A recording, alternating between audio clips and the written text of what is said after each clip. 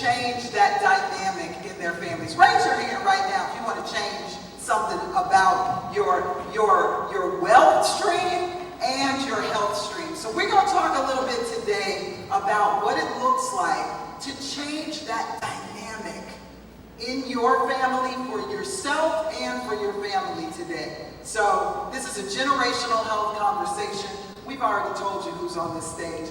I could give all of their accolades and all of that, but we don't have enough time. So this is going to be a speed date, okay? This is a speed date, you all. I want to get started with you first, Dr. Forde, because I think that we need to know a bit about how we got here. We use words, all these big words in the health industry that people don't even understand. Can you talk to me a little bit and digest from a health standpoint, you know, how did we get here? How is it that Auntie got the sugar and you know what I'm saying, all of the different things we're dealing with? How did we get here? Definitely. So let's start by looking at the room. I want you to raise your hand if you've ever heard of this term, health disparity. Has anyone? Oh, I love that. I see a lot of hands being raised. So when we break down what a health disparity is in simple terms, it's when there's a system that works sometimes against us where we don't get the most fair or equitable outcomes. Meaning, there's someone that lives maybe 10 minutes, 20 minutes over, but they have better access to care. They have more transportation. They have better things helping their health outcomes be the best. And so when we talk about how did we get here, historically speaking, a lot of our community hasn't always had the best outcomes. There have been things that have worked against us from the 1900s, the 1800s. There are things that are still working against us today. And over time, what happens is these things become generational. So if I'm right, you all are also here to learn about generational wealth, right? Yes. Right. Okay, well, there's something called generational health. We are now breaking the chains of the things and the people that were working against us. We're working to build better habits, better skills, better mindset. And the thing is, just like church, I want y'all to don't leave the same way you came, all right? Don't leave the same way you came. So I like to think about 3 C's. The first thing we got to do is start taking control of our health, taking back what's ours. People may have robbed it from us, but we can still claim it. That's the first thing. The second thing, after you work with yourself to have that control, you have to talk about connection. How do you connect with people who can help you? How do you connect with better resources that can instill in you that knowledge? And a lot of the times, it is generational.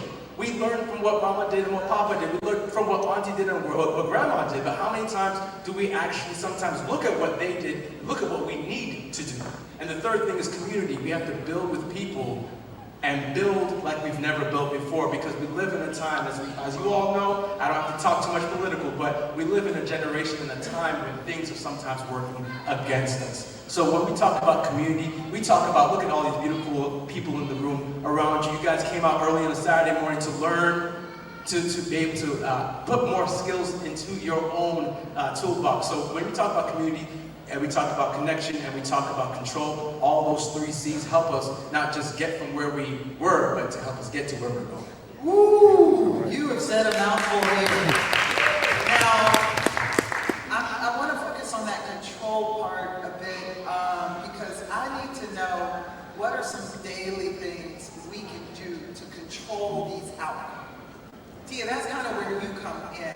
Because I would imagine that this group of folks here, you know, they're a part of, you know, the consumer industry that we are as Black Americans. So how can we control our health outcomes through some of the things that we're doing on a daily basis?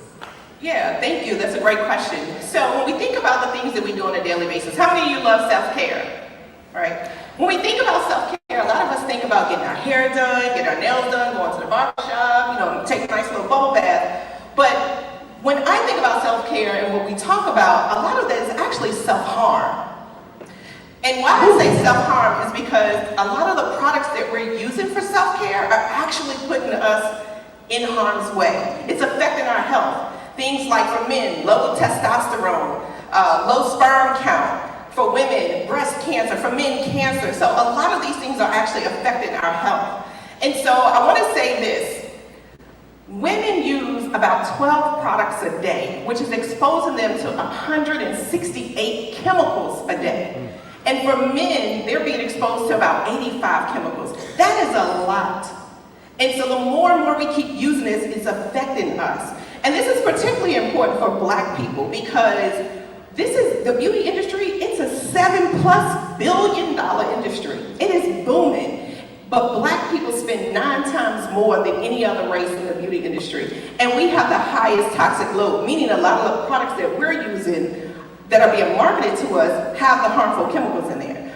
But the beauty in this is there is something that you can do, right? We can lower our exposures to these products by using less of them. We can get to know our products, educate ourselves, research the products that we're using, understand what's on the labels. And when I say what's on the label, not just what's on the bottle itself, because a lot of the things that's listed on the bottle or the things that are in the product are not listed on the bottle. So they're going to say all natural.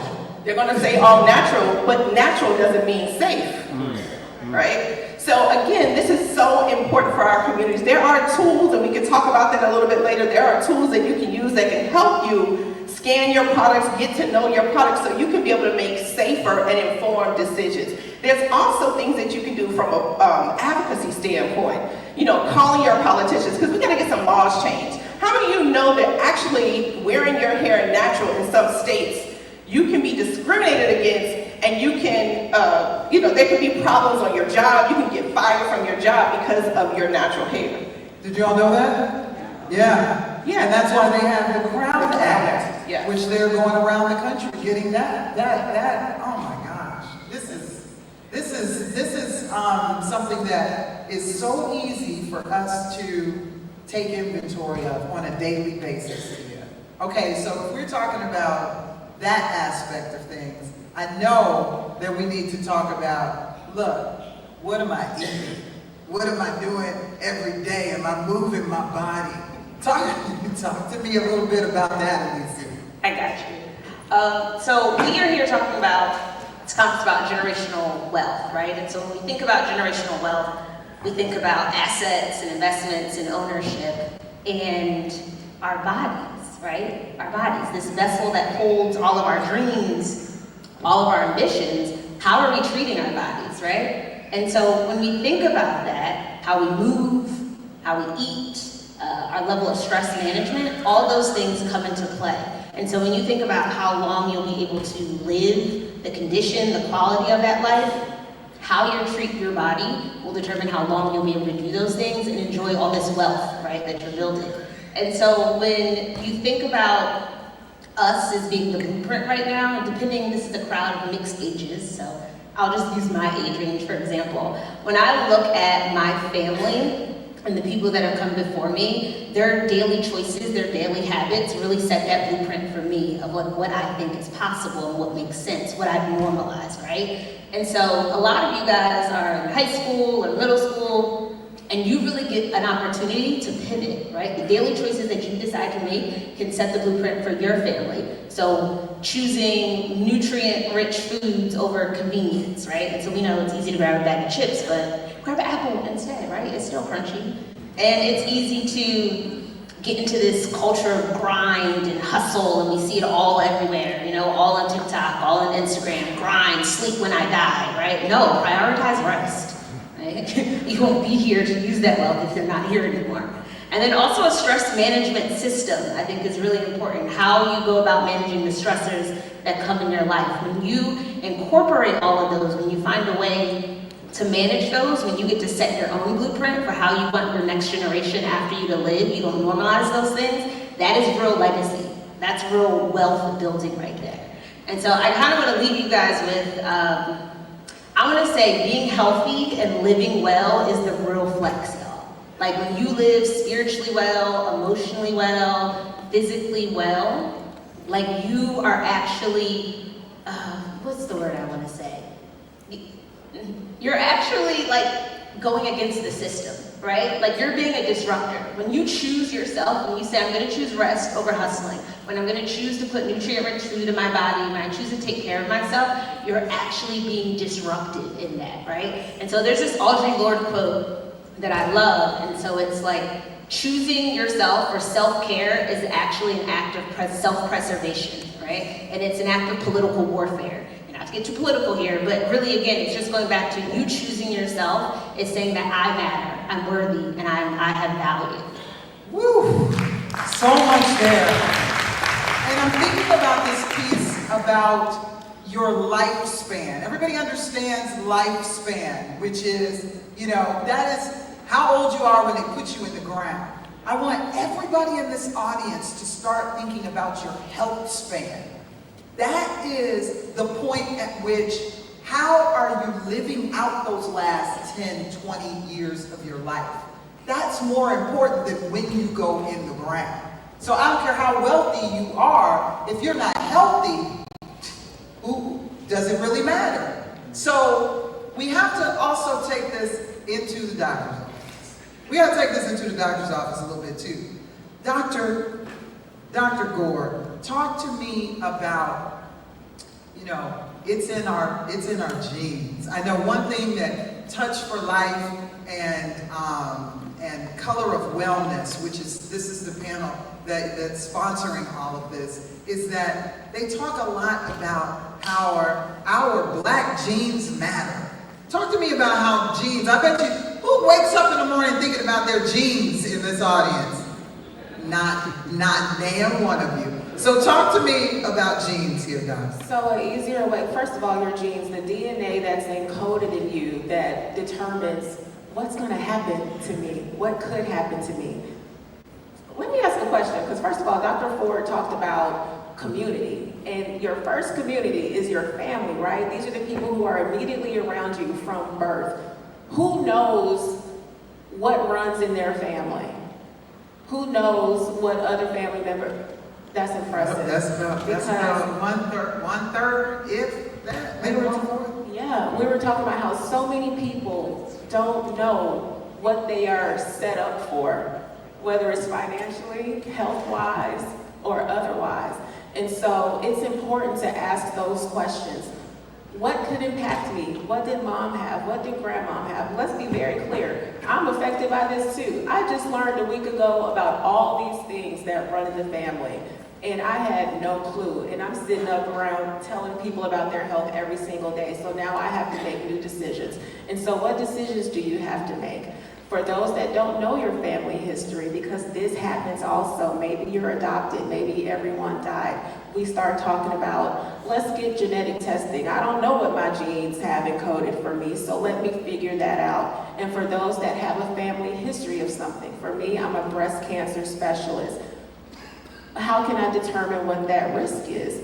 I want to be very clear. Most of the things that we end up being impacted by, there is no family history. At least for breast cancer, 75% of breast cancer new diagnoses, those patients did not have a family history. So I also want to say,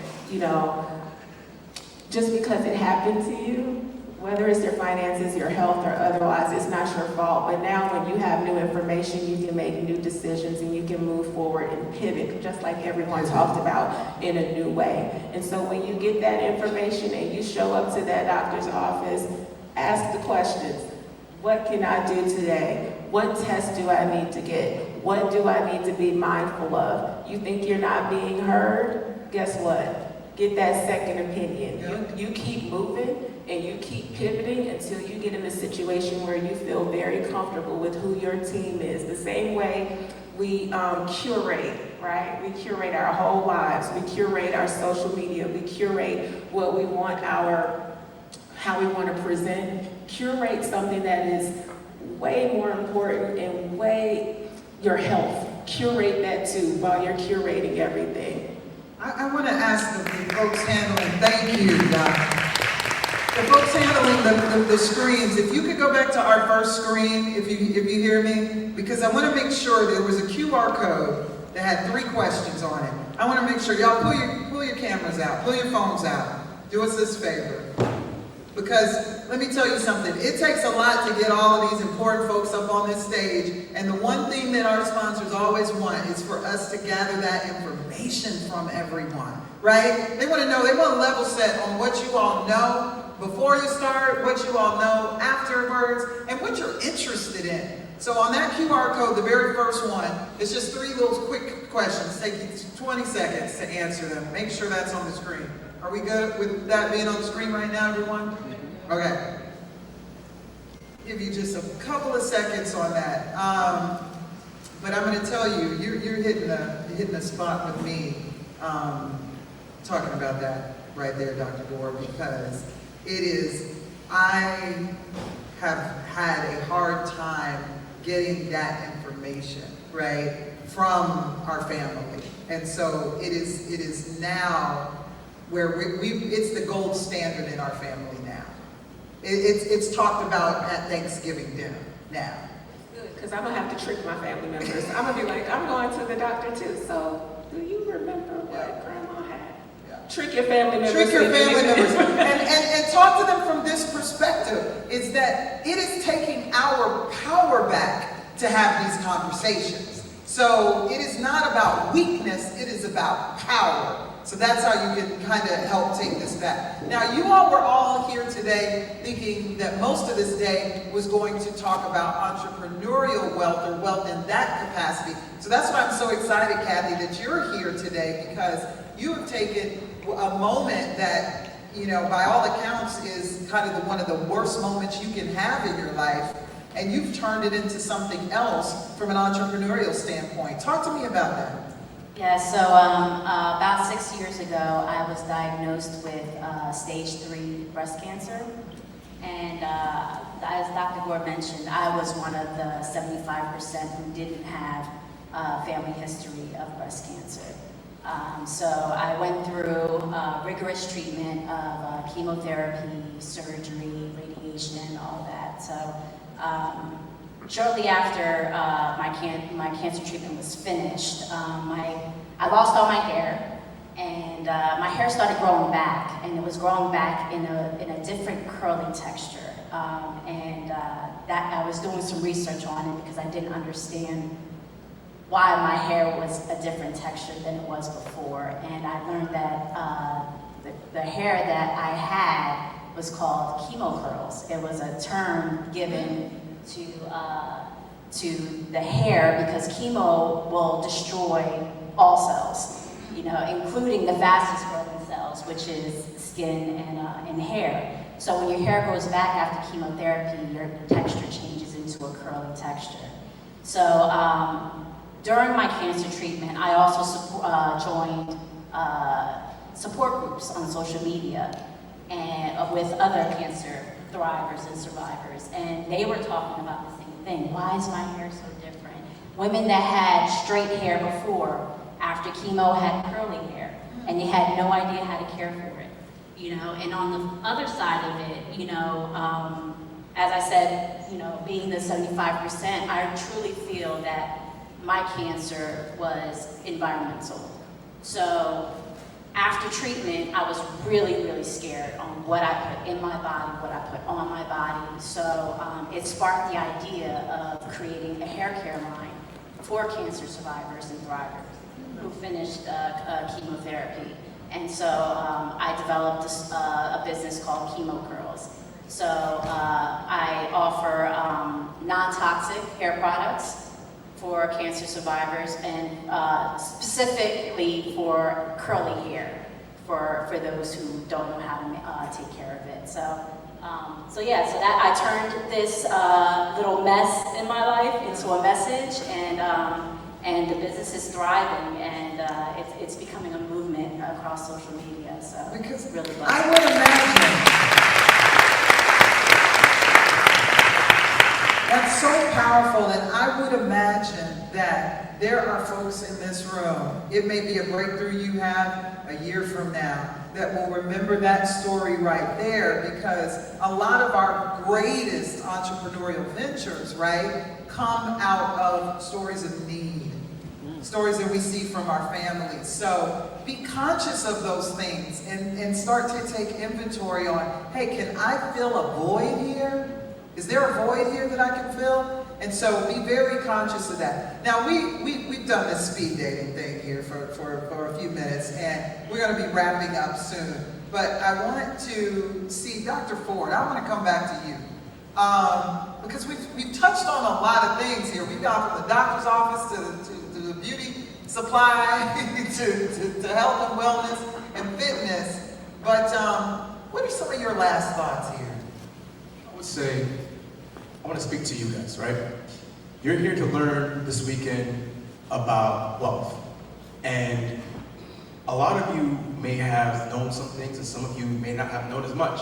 But I want you to walk away with know about your health. Walk away with ask questions. Walk away with ask people how you can get connected with resources. Be more curious. It's okay to not have all the answers, but it's not okay to not ask.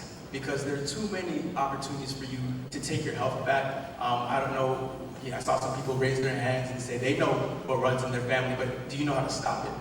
Do you know how to conquer it? Do you know how to take back what's yours? And if the answer is no, I want to challenge you to walk away with finding out how through asking questions. Because through curiosity, our greatest achievements can happen. And you're here this weekend as a testament to that.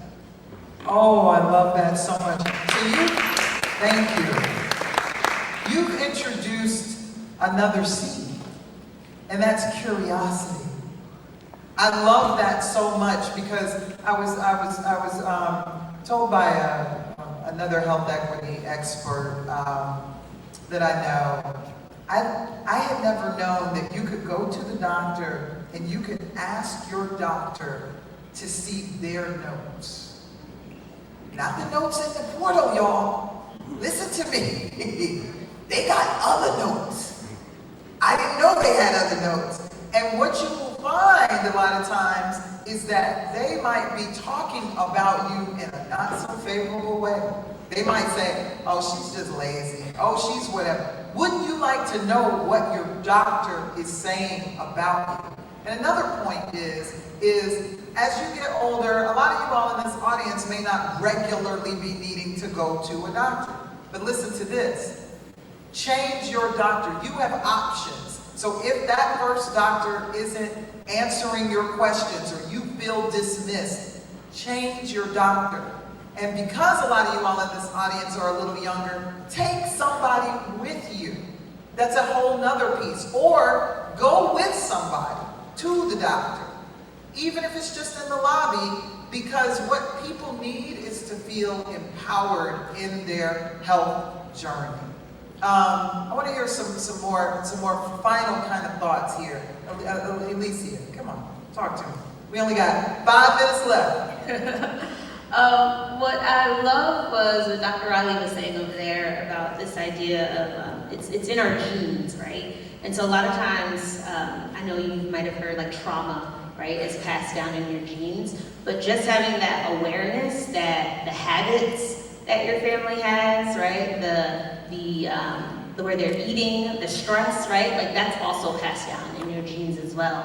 And so just taking stock, it's nice sometimes to like locate where you are right now. So take an assessment of like, how am I feeling? How am I handling stress? What is my relationship to food? You know, am I eating to feel satisfied, or am I eating just to eat because I'm angry or I'm nervous, or, you know, there's an emotional like charge at this moment. And so I think when we think about those things, because you guys are at such a young age where you really get to shift, change, and pivot. So you've seen what happened before you. You can see what mama did, what grandmama did, what your big brother or your aunties are doing. And then you can say, like, do I want to continue on that path? Or do I want to take steps now, create these daily habits that I can shift and make a change so that the generations after me can now have a new blueprint? So I really want us, like, locate yourself. Where are you at? Are we moving just to move? Are you walking, you know? Are you know, playing basketball? Are we on our inside on video games all day? And there's nothing wrong with doing those things. It's all about balance here. And so kind of everyone here is giving you like a little bit of a tidbit that you can now take. And again, be curious. I love that word, curiosity. Be curious. Find some more information. Find what feels good for you. But if you're here to learn about how to make money, how to get the bag, it starts with your health, because you won't be here long enough to enjoy it. Yes, yes. We love that. We got probably 2 more minutes here. Tiah, I want you to give me some final thoughts here. Yeah, so definitely, taking care of yourself. We often talk about what we're putting in our bodies, but really start thinking about what you're putting on your bodies. There was a recent study that actually showed that within 28 days, they had people to change their products from the harmful chemicals to the things that are not harmful. And in 28 days, what they saw is the women, specifically women whose cells in their breasts were starting to go towards breast cancer. They started to actually reverse. And so if you look it up, Chemisphere is where the study was actually reported. But again, they saw a major shift in their breast cancer cells to go back to reverse from going towards breast cancer to saying, okay, I'm fighting against breast cancer. Wow, that is powerful. And that's just a daily change we can make from our products. Well, I just want to thank every one of my esteemed panelists here. You all, we are going to have a breakout session, okay? So I think at 12:30, you can ask any of us questions, so that's important. So we'll be in another room doing a breakout session. We're going to have another QR code on that screen right now. Please, if you heard anything, this curiosity piece just got me. If you're curious, join the community. Scan the code, get the email, get the messaging. It is something that is shareable. We share a lot of stuff in our group texts and group chats. Why don't we start sharing different information with our family members that's easy to digest? I think everybody spoke pretty easy to digest today, right? Mm-hmm. Right. Okay, so imagine that's the type of information you'll get from being a part of the community. It doesn't cost nothing, but once again, it just makes it to where we can take this show on the road. We can keep doing it city by city, state by state, because we are taking our generational health back. Thank you.